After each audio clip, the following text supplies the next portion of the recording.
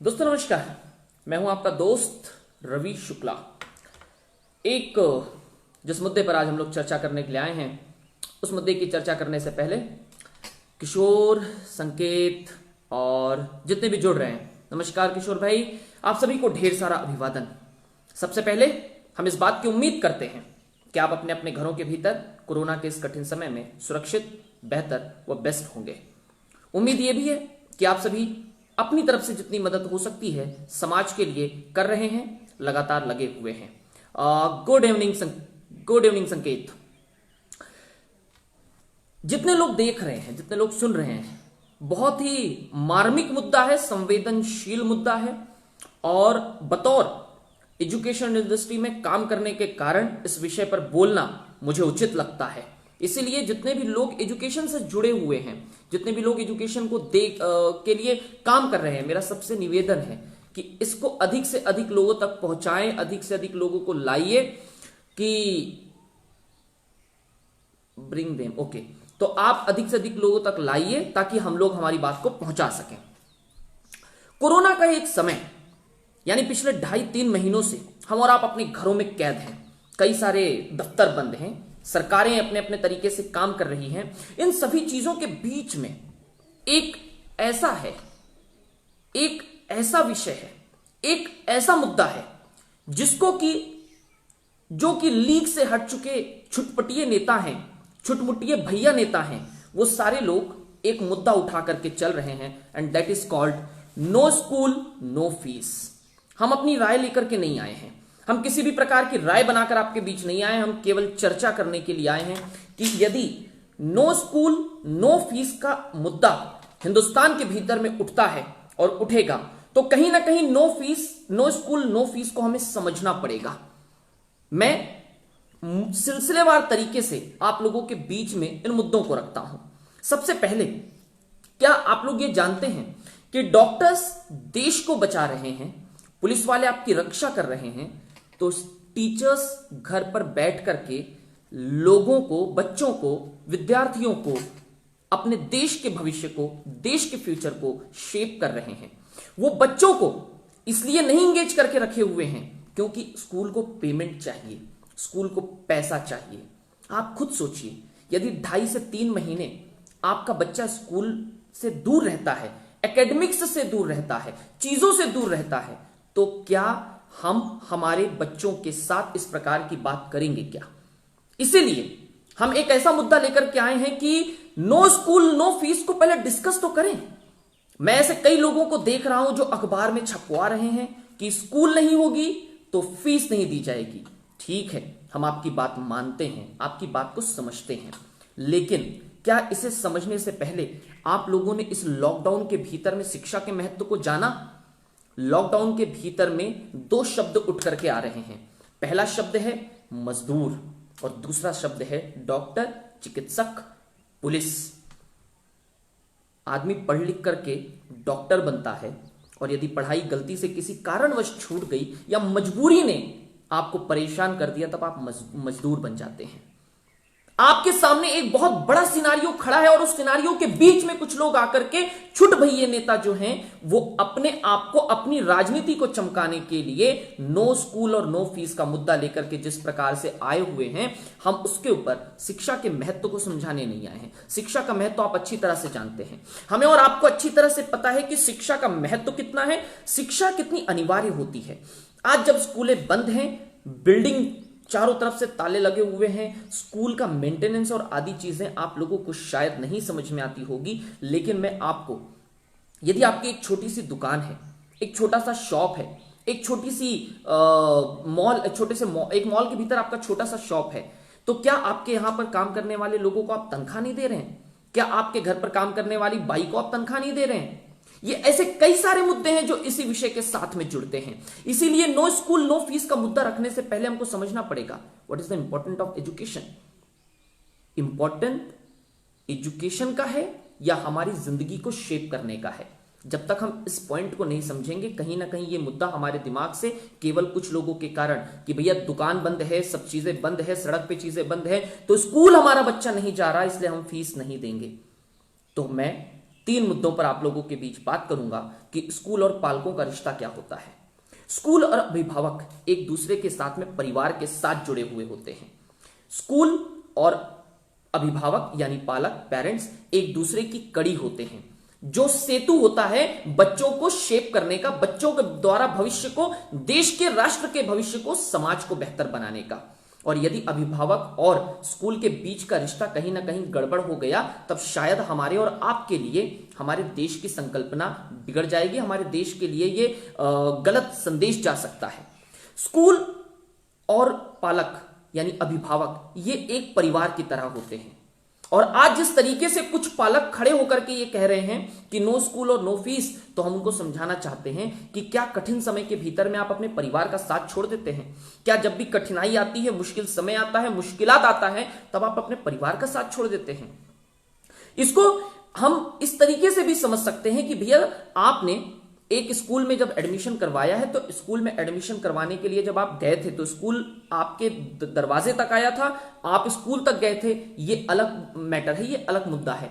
लेकिन आपने अपनी पॉकेट, अपनी जेब को जांचने के बाद ही किसी भी विद्यालय के भीतर, किसी भी स्कूल के भीतर एडमिशन करवाया था।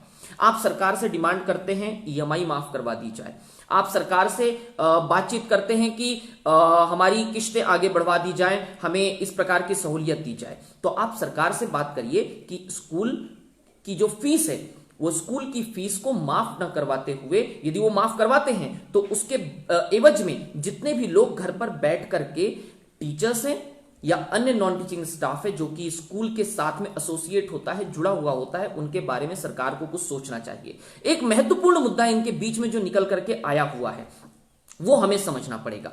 वो मुद्दा ये है कि आप ये बताइए कि स्कूल के साथ में एसोसिएट कितने लोग होते हैं? स्कूल के साथ में केवल आपका बच्चा नहीं जुड़ा होता है। आपके लिए फीस 200 रुपए से 2000 रुपए तक होगी। आपके लिए 200 रुपए बहुत बड़ी राशि भली लगती होगी या बहुत छोटी राशि लगती होगी, लेकिन यदि 200 रुपए स्कूल के भीतर में नहीं आते हैं तो वहां से कितने लोगों की जिंदगी पर असर पड़ता है, क्या हमने और आपने कभी सोचा है? नॉन टीचिंग स्टाफ में बाई आती है, सफाई वाली आती है, ड्राइवर आता है, चौकीदार आता है।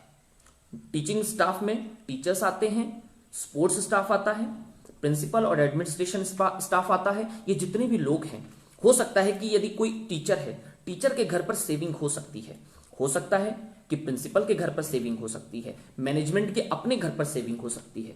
लेकिन छोटे स्कूलों के भीतर, बड़ी स्कूलों के भीतर में जितने भी चौकीदार हैं, उन चौकीदारों की तनख्वाह कितनी होगी? क्या हमने और आपने कभी सोचा है? मुश्किल से 7 से 8,000, 10,000, 12,000। यदि वो बहुत बड़े स्कूल में भी काम करता होगा ना, तो भी उसकी तनख्वाह मुश्किल से 10 से 12,000 रुपए होगी।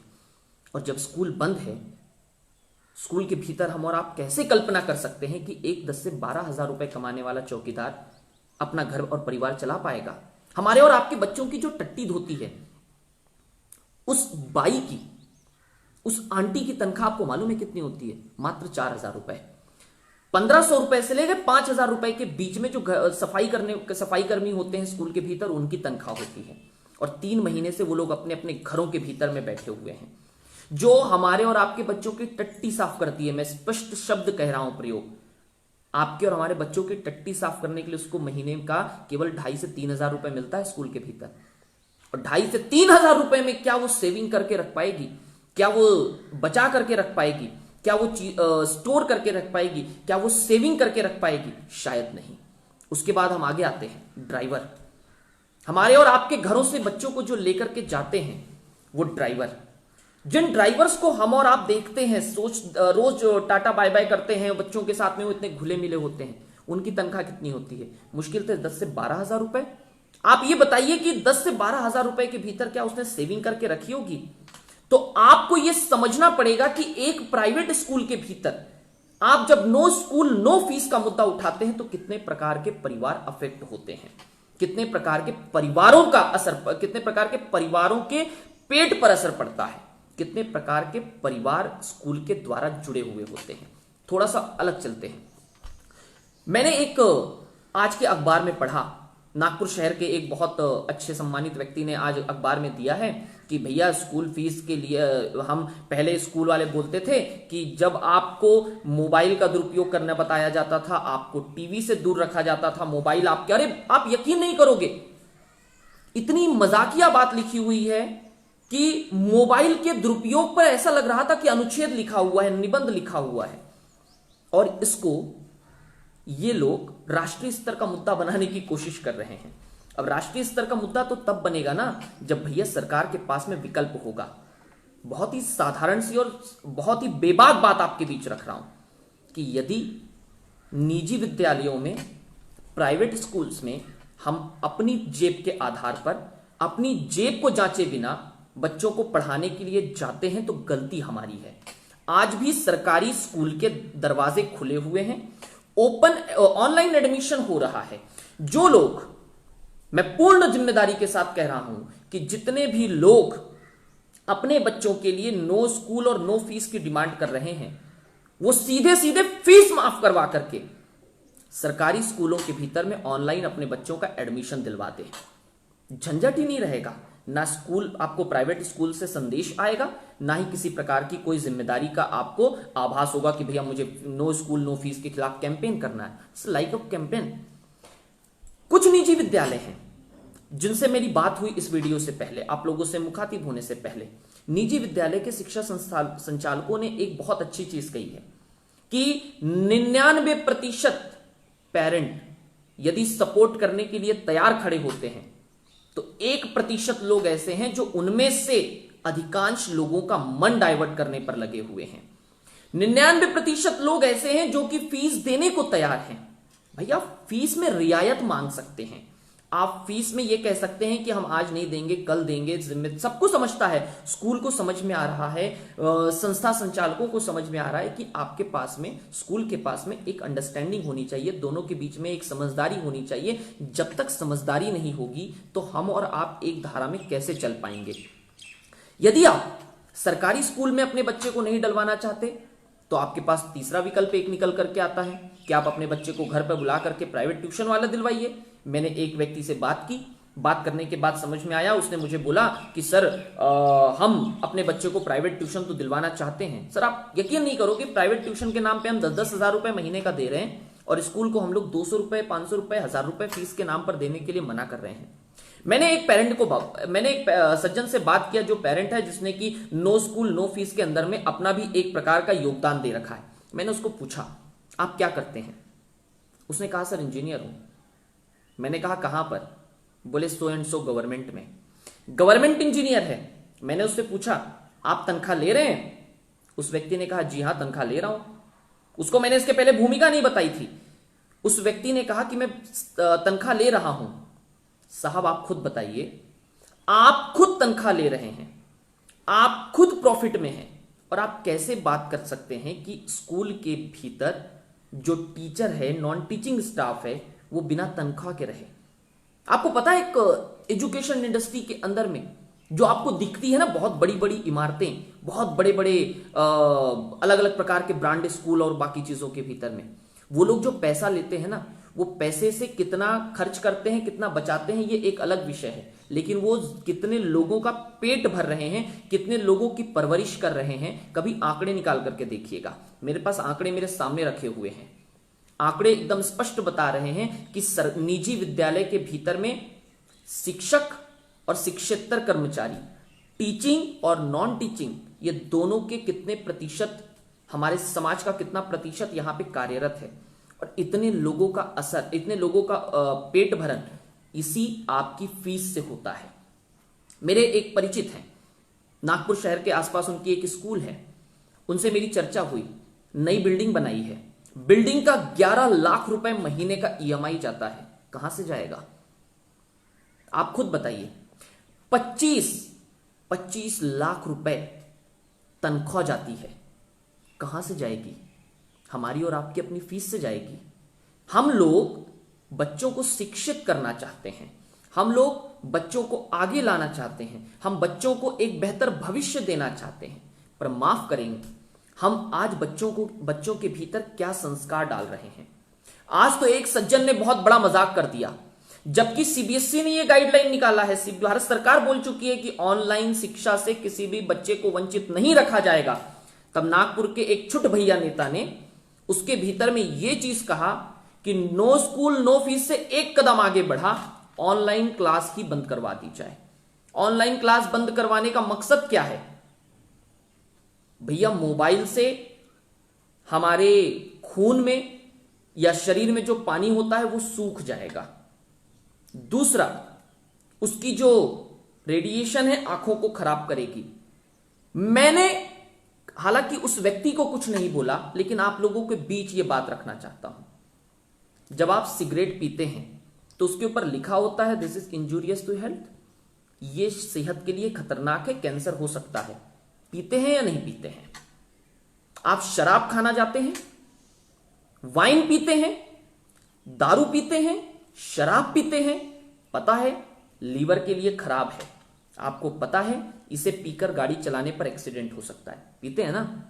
जब आप सिगरेट पी रहे हैं चेतावनी के बाद भी, जब आप शराब पी रहे हैं चेतावनी के बाद भी, और आप खुद इस्तेमाल कर रहे हैं मोबाइल का 24 घंटे, तो बच्चा यदि 4 घंटा फोन के सामने बैठ करके पढ़ाई कर रहा है, कठिन सिचुएशन है, मुश्किल हालात हैं, आपातकाल है, और यदि वो घर पर बैठ करके पढ़ाई कर रहा है तो उस पर आप अपनी राजनीति चमकाने के लिए इस प्रकार की चीजें लेकर के आ गए।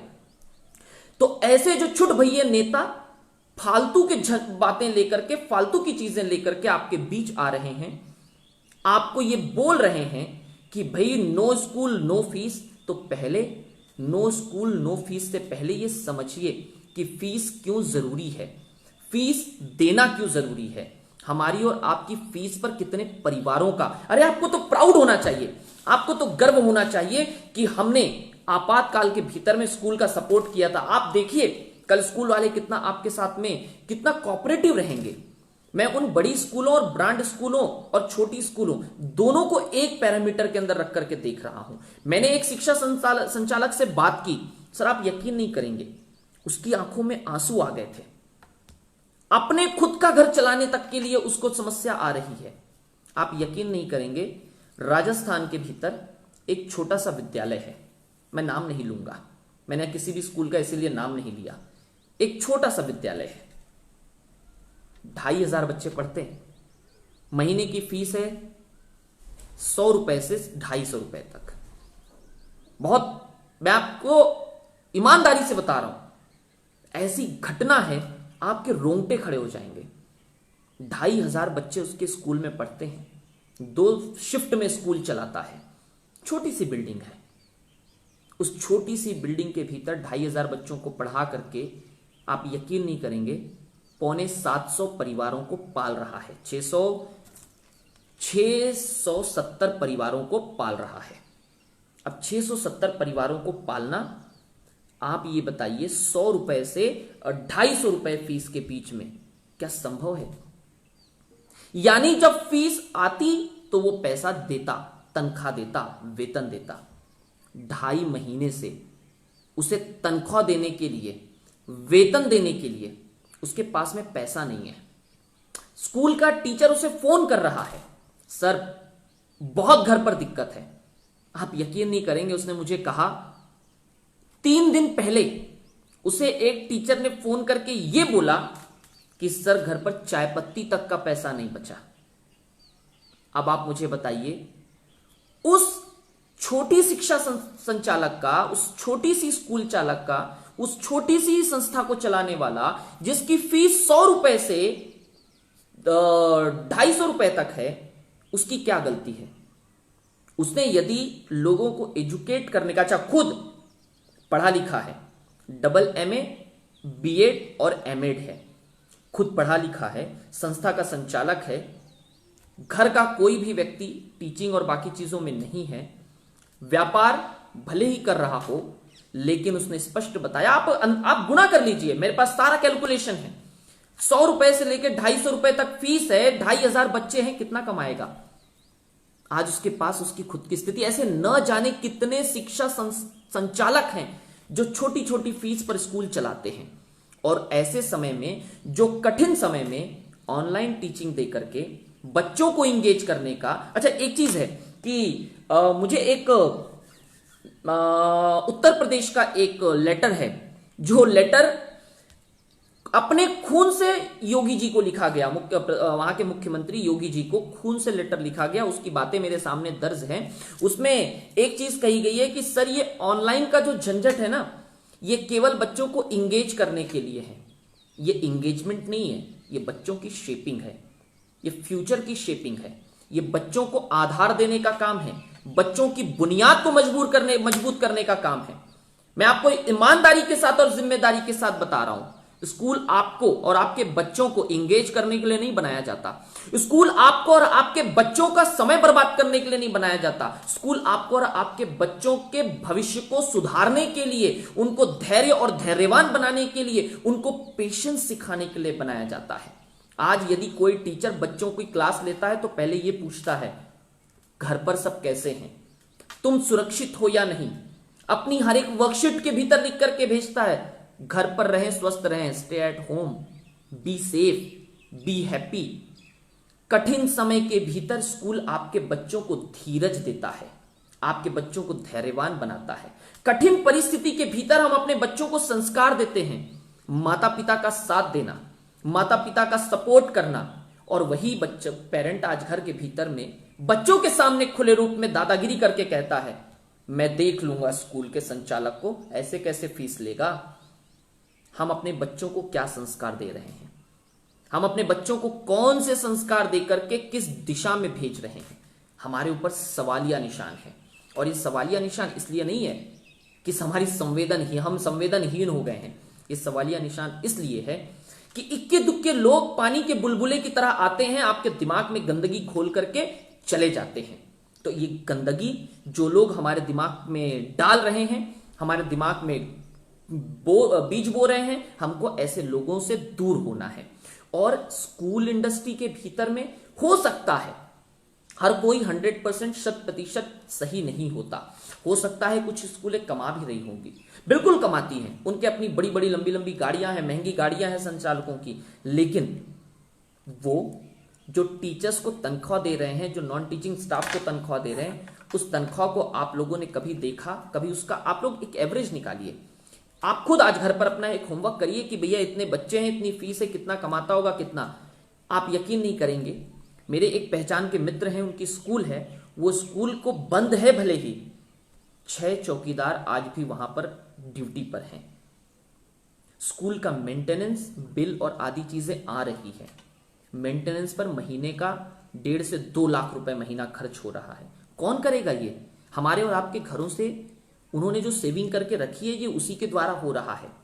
कल हमारे बच्चों के सामने बहुत बड़ी चुनौती होगी जब वो स्कूलों की तरफ वापस लौटेंगे।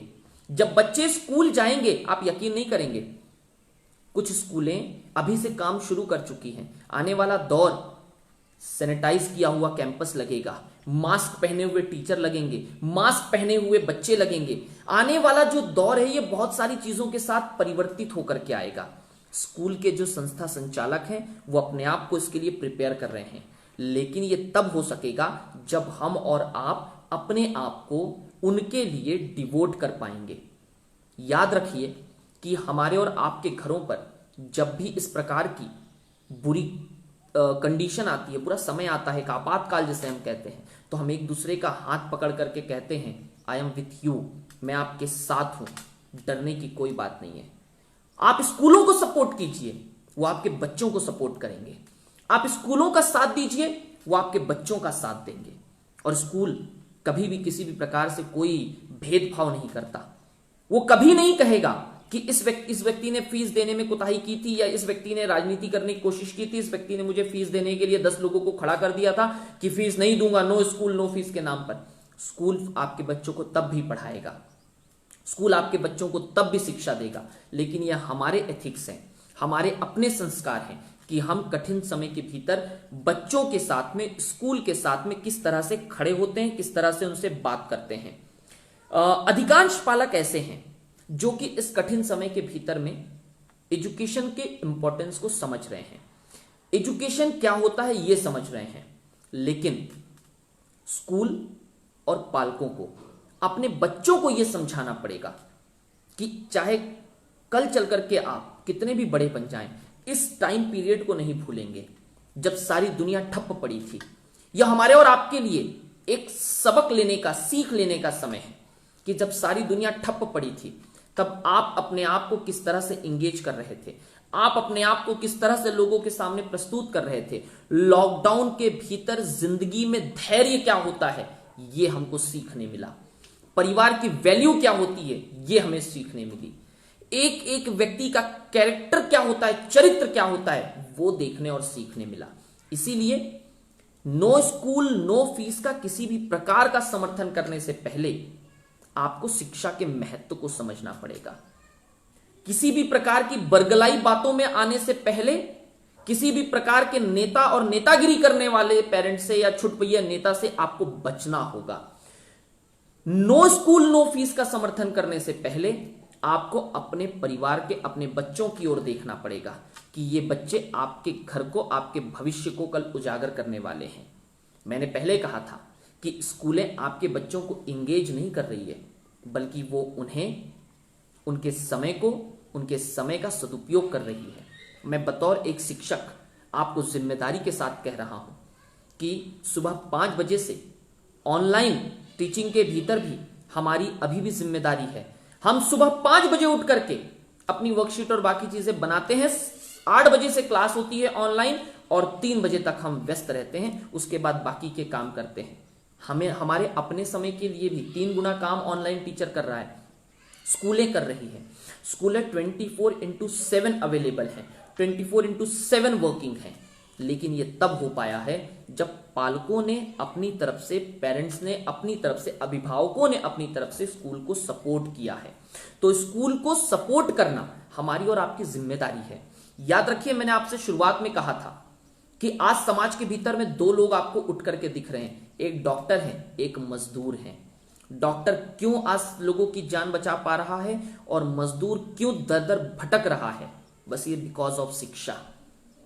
ये जरूरी नहीं है कि अनपढ़ व्यक्ति ही मजदूर बनता है, ये एक अलग विषय है, लेकिन परिस्थिति और जिंदगी के हालात उसे जो मजदूर बना रहे हैं, उसका कारण सिर्फ यही है कि उन्होंने शिक्षा को सही रूप में, सही तरीके से लेने का मतलब, अपनी जिंदगी को एक्सेप्ट करने का मतलब नहीं समझा।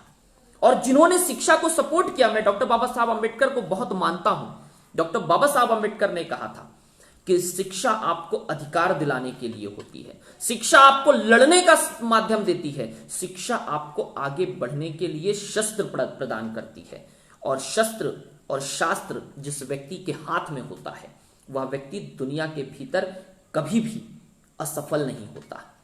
शिक्षा के भीतर में जितने भी बड़े बड़े लोग हैं, ज्योतिबा फुले का उदाहरण है, सावित्रीबाई फुले का उदाहरण है। सावित्रीबाई फुले से लोग कहते थे, जैसे आज पेरेंट हैं, मैं आपको वो जो नागपुर वाले भाई साहब का मैं जिक्र कर रहा हूं, या कई उत्तर प्रदेश या अलग अलग जगहों पर जो नेतागिरी कर रहे हैं, उनको सावित्रीबाई फुले से सीख लेनी चाहिए। सावित्रीबाई फुले के ऊपर जब वो बच्चों को पढ़ाने के लिए जाया करती थी, गोबर फेंका जाता था, पत्थर फेंका जाता था, न जाने कितने प्रकार के अपशब्द कहे जाते थे, लेकिन सावित्रीबाई फुले का एक ही ध्येय था। मैंने कहीं पढ़ा, क्योंकि उस समय मैं जिंदा तो था नहीं, तो मैं सिंपल सा कह सकता हूं। मेरे बच्चे मुझे कहते हैं, सर आप ये जो कहानियां बताते हो, आप थे क्या उस समय? तो मैं एक ही चीज कहता हूं कि भैया पढ़ी हुई है, गारंटी नहीं है कि सही है या नहीं, लेकिन हां इंस्पायरिंग है। सावित्रीबाई फुले को ज्योतिबा फुले ने पूछा, अगर तेरे को लोग इतना बड़ा पत्थर फेंक के मारते हैं, गोबर फेंक के मारते हैं, फिर भी तू क्यों इतनी जिद्दी है, क्यों इन लोगों को सुधारना चाहती है? ज्योतिबा फुले ने उसके बाद जो बात कही, आप सुन करके हैरान रह जाएंगे। ज्योतिबा फुले ने बोला, ये इसी प्रकार के लोग हैं, ये सुधरने वाले लोग नहीं हैं, ये सुधर करके आपको सपोर्ट करने वाले लोग नहीं हैं, ये समाज के वो निचले गिरे हुए लोग हैं, वो सोच वाले लोग हैं जो कभी उठने की चाह नहीं रखते। तब सावित्रीबाई फुले ने बहुत सुंदर शब्दों में कहा, नहीं सुधरेंगे मुझे पता है, पर इनकी आने वाली पीढ़ी को सुधारने की जिम्मेदारी मैंने ले रखी है। सावित्रीबाई फुले के इस शब्द में, इस पूरे वाक्य में मुझे मालूम है कि ये लोग नहीं सुधरेंगे, लेकिन इनके आने वाले पीढ़ी को, इनकी आने वाली पीढ़ी को मैंने सुरक्षित करने का, मैंने इनके भविष्य को सुरक्षित करने का जिम्मा ले रखा है। और जब भविष्य सुरक्षित करने की बारी आ रही है तब ऐसे कैसे मैं पीछे हो जाऊं। अरे आज जो मुझे पत्थर पड़ते हैं, आज जो मुझ पर गोबर फेंके जाते हैं, मैं उन्हें फूल की तरह स्वीकार करती हूं। याद रखिएगा, इतिहास तभी बनता है जब आप लोगों के फेंके गए पत्थर को अपनी बुनियाद को मजबूत करने के लिए रख लेते हैं। लोगों के फेंके गए पत्थर को उठा करके लाइए और अपनी बुनियाद को मजबूत करते जाइए। यकीन मानिए, इतिहास आपका होगा। तो आज जो ये कठिन समय है, ये ज्योतिबा फुले, सावित्रीबाई फुले, डॉक्टर बाबा साहब अंबेडकर जैसे शिक्षाविद, डॉक्टर कलाम का उदाहरण है। उन्होंने, एक बच्चे ने उनसे सेमिनार में पूछा कि शिक्षा का जीवन में क्या महत्व है, शिक्षा को जिंदगी में हम कितना महत्व देना चाहिए।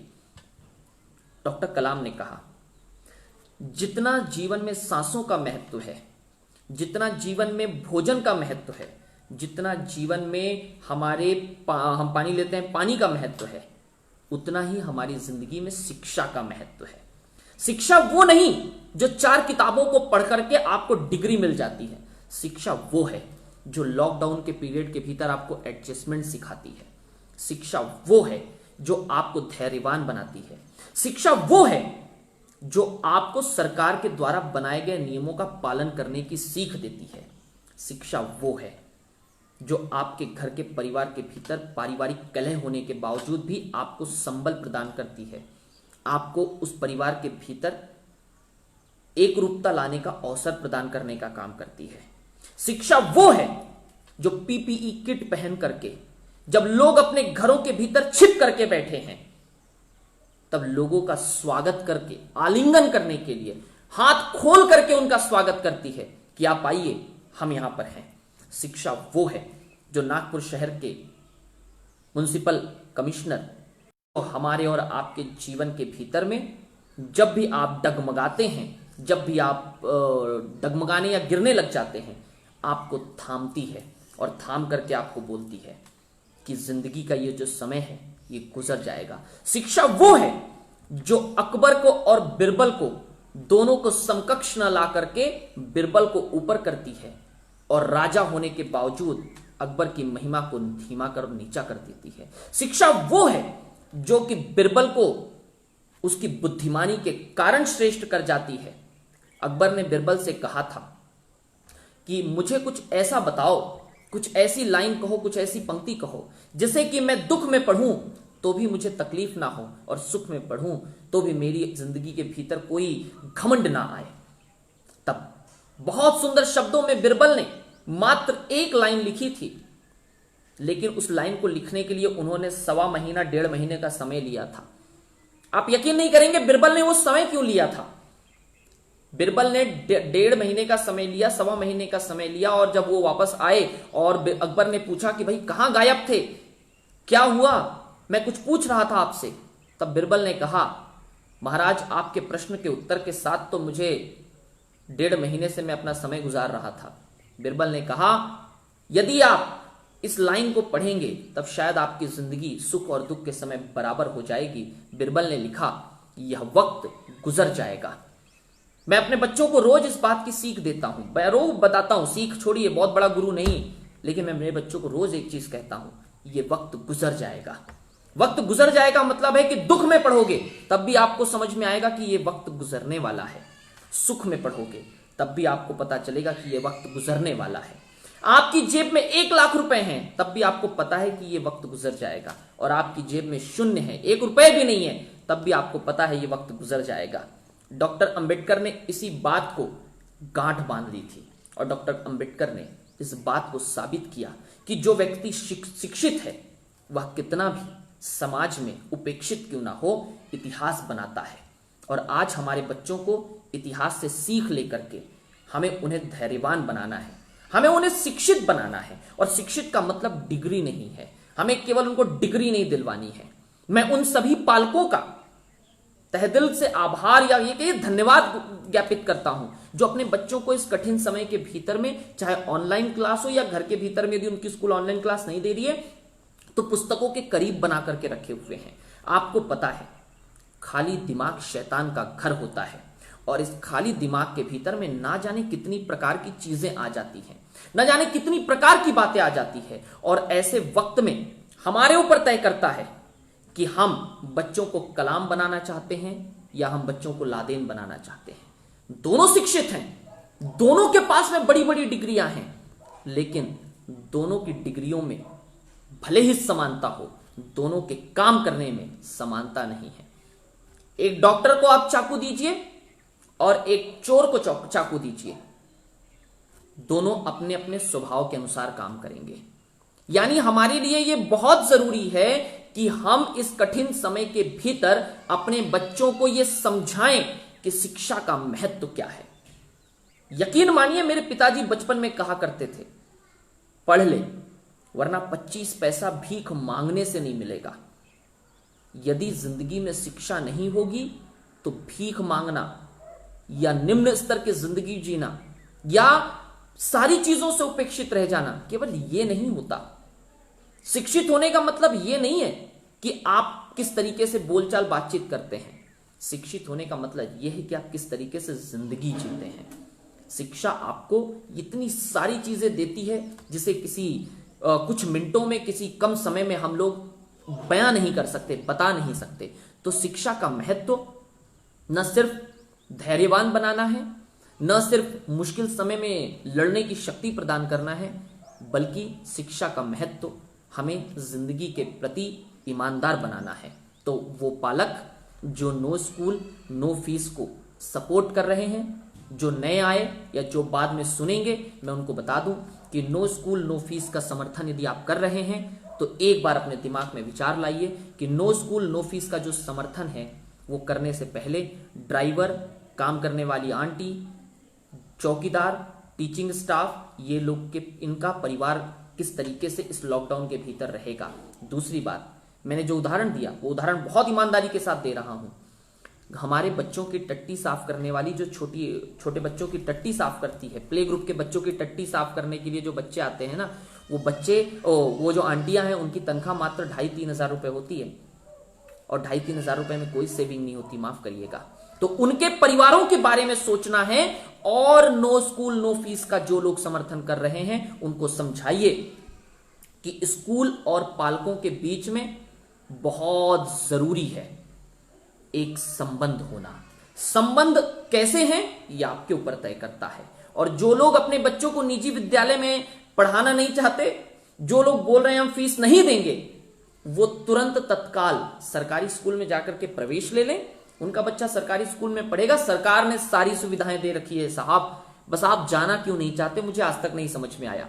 सरकारी स्कूलों के भीतर में न जाने कितने संसाधन हैं, लेकिन हम वहां तक जाते ही नहीं है, अवेयरनेस नहीं है, क्योंकि हमें आदत हो गई है बड़ी बिल्डिंग, बड़ी गाड़ी और ये सारी चीजों की। आप सरकारी स्कूल के भीतर अपने बच्चों को ले जाकर के पढ़ाइए, हो सकता है आपको सारी चीजें उपलब्ध वहां पर भी मिल जाए।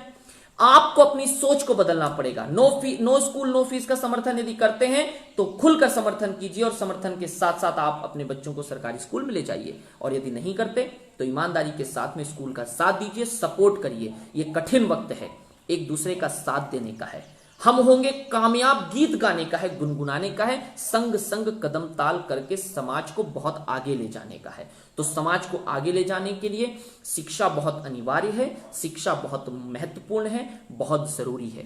मैं उन सभी का धन्यवाद ज्ञापित कर रहा हूं जो यहां पर हमें पिछले 40 मिनट से सुन रहे हैं, और जो लोग नहीं सुन पाए और बाद में आएंगे उन सभी को मैं पहले से बता दूं कि यदि आपने पूरा वीडियो सुना नहीं सुना वो आपके ऊपर है, लेकिन शिक्षा का जीवन में बहुत अधिक महत्व है।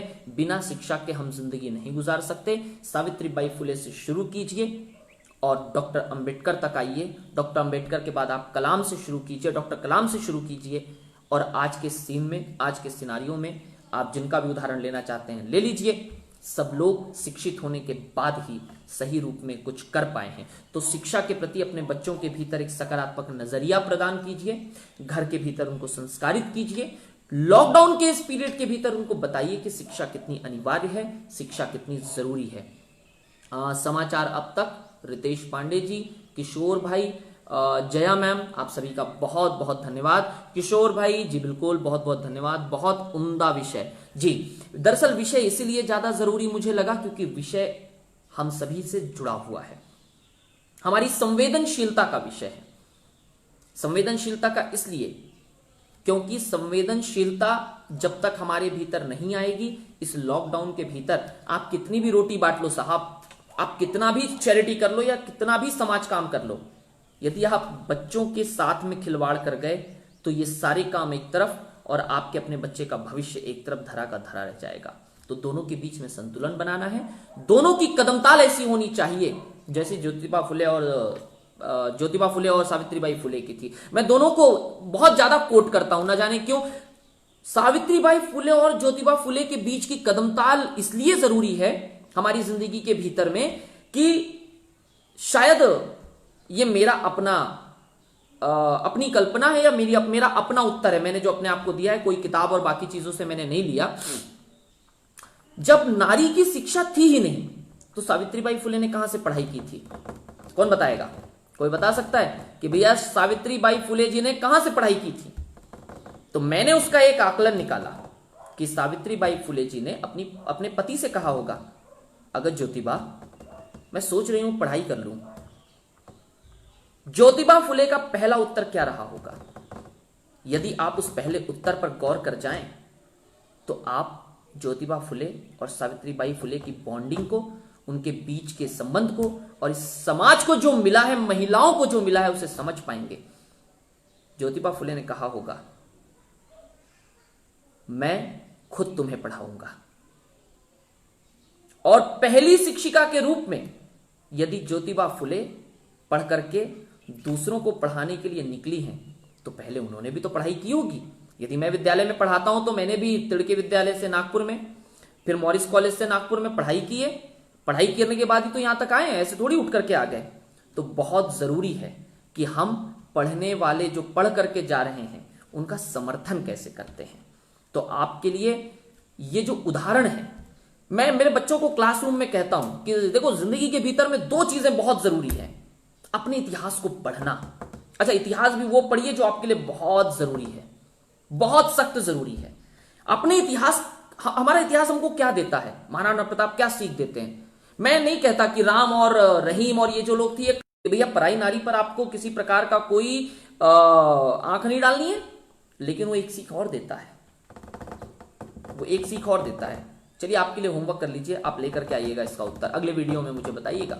राम सीख देते हैं, पहली सीख तो वो देते हैं कि भले ही घर वाले कुछ भी कह दें, घर वालों का आदर आपको करना है। जब लक्ष्मण ने बोला भैया आप कहो, तो अभी के अभी मैं बोलो तो पूरी अयोध्या के ऊपर में कब्जा कर लेता हूं, धनुष और बाण लेकर के आए थे। तब राम ने उनको बहुत प्यार से समझाया कि ये वक्त संयम रखने का है, माता पिता की कही गई बात को मानने का है, क्योंकि उन्होंने जो सोचा है उसके पीछे कोई तो राय रही होगी, कोई तो विषय बना होगा। तो इतिहास के जितने पात्र हैं, मैं ज्योतिबा फुले, सावित्रीबाई फुले, डॉक्टर अंबेडकर, अटल बिहारी वाजपेयी, सबको कोट करता हूं मेरी क्लास में सिर्फ एक चीज के लिए। यह नहीं कि मुझे मेरी क्लास में इन लोगों को तैयार करना है, मैं इन लोगों के माध्यम से आने वाली जनरेशन को, आने वाली पीढ़ी को यह बताना चाहता हूं कि ये लोग कौन थे, क्या थे। मैं एक छोटा सा उदाहरण आपके बीच में रखना चाहता हूं, संख्या 11 की है, आप लोग देख रहे हो इसलिए मजा आ रहा है बताने में, पता नहीं क्यों। तो उदाहरण ये है, डॉक्टर एपीजे अब्दुल कलाम के बारे में आप सारे लोग जानते हैं, डॉक्टर एपीजे अब्दुल कलाम को सुना है। आपने अपनी जिंदगी में एक चीज नोट की होगी, यदि आप लोगों ने कलाम को पढ़ा है तो डॉक्टर कलाम हमेशा हर किसी के साथ में, हर किसी को केवल एक ही चीज बोलते थे कि आप मुझे केवल किताब देंगे। वो गिफ्ट नहीं लेते थे, कैश नहीं लेते थे, मोमेंटो नहीं लेते थे, ट्रॉफी नहीं लेते थे, वो केवल किताब लेते थे। उसके पीछे की कहानी शायद बहुत कम लोगों को पता होगी। डॉक्टर कलाम के जो पिताजी थे वो नगर सेवक जो होते हैं गांव के भीतर में, सरपंच और पंच वो थे। उनके पिताजी एक दिन घर पर नहीं थे। डॉक्टर कलाम घर में कमरे में बैठ के पढ़ाई कर रहे थे। घर के पास, घर के अंदर में 3 लोग आए, 2 या 3 लोग आए। उन्होंने कहा कि पिताजी कहाँ हैं, अब्बा कहाँ हैं? तो उन्होंने कहा कि अब्बा तो किसी काम से बाहर गए हैं। तो उन्होंने कहा ठीक है, वो आएंगे तो बता देना कि फला फला आए थे और 3 से 5 फल की पेटियां लेकर के आए थे और उन्होंने कहा कि बेटा ये फल हैं, आपके पिताजी के लिए लाया है, इसको घर में रख लो। अब डॉक्टर कलाम छोटे से थे, कम उम्र के थे। अब डॉक्टर कलाम को क्या पता रिश्वत क्या होती है। डॉक्टर कलाम ने कहा कि ठीक है भाई, चचा जान आए हो, इसको बगल में रख दो। वो चले गए। अब आए, डॉक्टर कलाम के पिताजी आए। डॉक्टर कलाम के पिताजी ने कहा, और भाई क्या हाल है? तो कलाम जी ने कहा कि अब्बा कोई आया था, देखो आपके लिए फल देकर के गया था। उन्होंने देखा, पूछा कौन आया था? तो डॉक्टर कलाम ने उनका नाम नोट करके रखा था। बोले अब्बा ये आए थे। अच्छा आए तो थे, क्या दिया? पापा फल दिया है। पहला एक सवाल, तुमने कुछ खाया इसमें से? बोले नहीं अब्बा अभी तक नहीं खाया, मैं अपनी पढ़ाई कर रहा था। और उसके बाद डॉक्टर कलाम को उनके पिताजी ने जो बात समझाई, बोले बेटा ये गिफ्ट नहीं है, ये उपहार नहीं है, ये रिश्वत है। ये लोग मुझसे एक काम करवाना चाहते हैं जो मैं इनका काम कर नहीं रहा हूं, और ये रिश्वत लेकर के आए हुए हैं। तुम तुरंत तत्काल इसको घर से बाहर निकाल दो, और मैं उन्हें बता देता हूं, बुला करके लाओ, इसको उनके घर भिजवा देते हैं। और डॉक्टर कलाम की जिंदगी में वो पहला वाकया था कि रिश्वत क्या होती है। गिफ्ट के रूप में रिश्वत आपके पास आती है। यदि मेरे घर पर कोई अतिथि आया, मान लीजिए कोई व्यक्ति को मैं मिलने गया, तो मैं उसको बड़ा सा गुलदस्ता और ये गिफ्ट क्यों देता हूं? ताकि वो खुश हो जाए। हम लोग गिफ्ट क्यों देते हैं? खुश करने के लिए। तो गिफ्ट देने में और बाकी चीजों को देने में बहुत अंतर है। तो डॉक्टर कलाम के पिताजी ने बताया कि रिश्वत और उपहार में कितना अंतर होता है। और उसके बाद से डॉक्टर कलाम ने अपनी जिंदगी में ठान लिया कि मैं कभी किसी के साथ, कभी भी किसी की अपनी जिंदगी में कभी किसी से नगद राशि नहीं लूंगा, मोमेंटो नहीं लूंगा, गिफ्ट नहीं लूंगा। उनका यह कोट था, यदि आप देना चाहते हैं, कुछ देना चाहते हैं उपहार के रूप में, तो आप मुझे किताबें दीजिए। और आपको पता है कि जिस दिन डॉक्टर कलाम की मृत्यु हुई, उसके बाद जब उनके घर को देखा गया, जांचा गया, परखा गया, तो उनके घर के भीतर से सिर्फ किताबें निकली। तो डॉक्टर कलाम एजुकेशन से जुड़े हुए थे। डॉक्टर कलाम भले ही राष्ट्रपति थे, लेकिन राष्ट्रपति रहते हुए भी डॉक्टर कलाम ने हमेशा शिक्षा का साथ दिया। शिक्षा के लिए डॉक्टर कलाम, हमारे एक भैया हैं जो सृजन पाल सिंह, जो उनके साथ काम करते थे, उन्होंने अपनी छोटी सी एक बात बताई है। जिस दिन उनकी मृत्यु हुई, वो लोग शिलोंग में थे। तो सृजन भैया ने डॉक्टर कलाम को पूछा, यार ये, बोले सर आप ये क्या एक कोने में लेकर के आ जाते हो? शिक्षा से जुड़ा हुआ है, शिक्षा के महत्व पर है। डॉक्टर कलाम के जो ओएसडी थे, उनके जो एडवाइजर थे, उन्होंने कहा कि सर ये मुझे समझ में नहीं आता, आप मुझे हमेशा आउटस्कर्ट्स में लेकर के आ जाते हो। शिलोंग किधर है? मौसम खराब है, फ्लाइट्स नहीं है, लंबा रास्ता है, 3 घंटे आपको सड़क से भी गुजरना है फ्लाइट से उतरने के बाद, और मौसम खराब होने के बाद बार बार आपको आसमान में चक्कर लगाते रहना है। तब डॉक्टर कलाम ने बहुत सुंदर सी बात कही। बोले यदि यहां के बच्चों के लिए मैं आऊंगा, तब सिस्टम आएगा। डॉक्टर कलाम को मालूम था कि वो अपने आप में एक इंस्टीट्यूशन है, अपने आप में एक संस्था है, जहां डॉक्टर कलाम जाएंगे, क्योंकि वो राष्ट्रपति पद पर रह चुके थे। यदि वो कहीं जा रहे हैं तो ऑटोमेटिकली पीछे पीछे उनके संसाधन आएगा। मान लीजिए मैं एक छोटे से नगर में रहता हूं, जिस नगर में सड़क नहीं है। मैं देहरादून के एयरपोर्ट पर, देहरादून से हमेशा फ्लाइट में लेना चलता रहता है। तो मेरा एक ड्राइवर जो मैं हमेशा जिसके साथ जाता हूं, उस व्यक्ति ने मुझे एक कहानी बताई जो इसके साथ सीधी जुड़ती है। उसने, मैंने पूछा अरे वाह यार, नई सड़क बन गई, अब तो ये पहले नहीं थी। बोले कुछ नहीं, आपको याद होगा पिछले साल शूटिंग हुई थी वो डिस्कवरी के लिए, तब नरेंद्र मोदी जी उतरे कहां थे? देहरादून में। देहरादून से उनको सड़क से जाना था। यदि मेरी गली में बहुत खराब सड़क है और यदि प्रधानमंत्री और राष्ट्रपति या मुख्यमंत्री आने वाला है, आप यकीन नहीं करेंगे 24 घंटे के भीतर सड़क निर्माण हो जाती है। यानी जब कोई बड़ा व्यक्ति आपके पास आता है, यानी डॉक्टर कलाम जब शिलोंग जाते थे या आउटस्कर्ट्स में जाते थे जहां पर लोगों को बहुत सख्त जरूरत है, तो डॉक्टर कलाम जाकर के लोगों को बताते थे कि भैया मैं आ गया हूं तो सिस्टम अपने आप यहां तक आ जाएगा। जितनी भी यूनिवर्सिटीज में डॉक्टर कलाम जाते थे, वहां केवल एक ही चीज कहते थे, मैं इस देश में शिक्षा को लेकर के हमेशा काम करना चाहता हूं। उनके अंतिम शब्द भी यही थे कि मैं अपने प्रोफेशन के साथ जुड़ा रहूं और अपने प्रोफेशन को करता हुआ मैं अंतिम सांस लूं, और उन्होंने वही किया। तो चाहे आप ज्योतिबा फुले को पढ़ें, चाहे आप सावित्रीबाई फुले को पढ़ें, और सावित्रीबाई फुले और ज्योतिबा फुले के बीच की आप ट्यूनिंग देखिए, आपको ट्यूनिंग समझनी पड़ेगी कि ज्योतिबा फुले और सावित्रीबाई फुले, यदि मेरी पत्नी मान लीजिए कि घर से बाहर जा रही है और लोग उसके ऊपर में ताने कस रहे हैं और मैं जाके उनके साथ लड़ाई झगड़ा कर रहा हूं, ज्योतिबा फुले ने कभी वो नहीं किया। उन्होंने अपनी पत्नी को कहा यही कि भैया ये क्यों इन लोगों के लिए कर रहे हैं, ये नहीं सुधरने वाले। तब ज्योतिबा फुले की पत्नी ने जो कहा, जिंदगी में गांठ बांध दीजिए, बोले मैंने इनके बच्चों के भविष्य को सुधारने की जिम्मेदारी ले रखी है, और मेरे जैसा टीचर, आपके जैसा व्यक्ति इस बात को समझ सकता है कि जब आप किसी का भविष्य बनाने की जिम्मेदारी ले लेते हैं तो आप उसके साथ समझौता नहीं करते। और डॉक्टर कलाम, ज्योतिबा फुले, डॉक्टर अंबेडकर, ये सारे लोग शिक्षा मूर्ति हैं। इन सभी से हमको सीख लेनी है। सीख लेकर के नो स्कूल नो फीस का समर्थन करने से पहले हमको देखना होगा, हमको समझना होगा कि नो स्कूल नो फीस के पीछे साइकोलॉजी क्या है लोगों की साइकोलॉजी केवल एक है कि वो राजनीति करना चाहते हैं। और ये छुट भैया नेता जो राजनीति करना चाहते हैं, ऐसे राजनीति करने वालों को जड़ से खत्म कर देना है। देखो ईमानदारी से बता रहा हूं, ये पानी के बुलबुले हैं, और ये पानी के बुलबुलों को तुरंत मौसम खुद ही मार देगा। हमारी और आपकी जरूरत नहीं है, लेकिन इनका सपोर्ट मत कीजिए, इनकी मदद मत कीजिए किसी प्रकार से। तो आप सभी ने तकरीबन 1 घंटा सुना, 5 मिनट बचे हुए, 6 मिनट बचे हैं। बहुत बहुत शुक्रिया, धन्यवाद। अपने आप को अपना ख्याल रखिए, अपने परिवार वालों का ध्यान रखिए। संख्या कोरोना की बढ़ रही है, आप सभी सुरक्षित रहें, अपने अपने घरों में अपने परिवार वालों के साथ सुरक्षित रहें, और वो बेहतर करें आप अपने घर के भीतर में जो आप करना चाहते हैं। लॉकडाउन के भीतर में मैंने एक नई किताब लिखी है जो जल्दी आप लोगों के बीच में आ जाएगी, कहानियों की है, तो वो जल्दी आप लोगों के बीच में ला रहा हूं। तो मैंने कुछ अच्छा किया है, वो किचन है, किचन के भीतर में रोज शाम की सब्जी मैं बना रहा हूं, यानी हफ्ते में 3 दिन तो पक्का बना लेता हूं, ठीक है, जब समय रहा तो उसके अकॉर्डिंग, तो भैया 3 दिन में सब्जी बनाता हूं। तो आप भी अपने आप को व्यस्त करिए कोरोना के पीरियड में, लॉकडाउन के पीरियड में एंजॉय करिए। मैं इसलिए कहता हूं, मुझे किसी ने पूछा कि किसी ने मुझे फोन किया या मेरे बच्चों ने मुझसे पूछा, बोले सर क्या हो रहा है, मतलब कोरोना एंजॉय कर रहा हूं।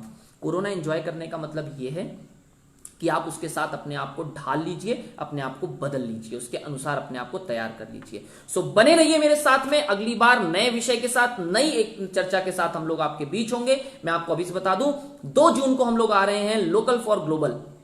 लोकल को वोकल करने के लिए या वोकल को ग्लोबल, जैसा आप करना चाहते हैं, आप लोग समझिए, वो आपका है।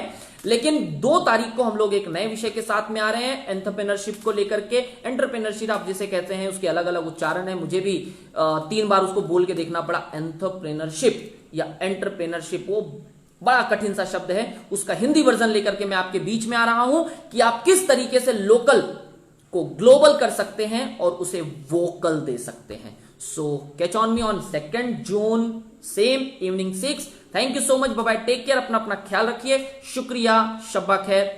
जय हिंद।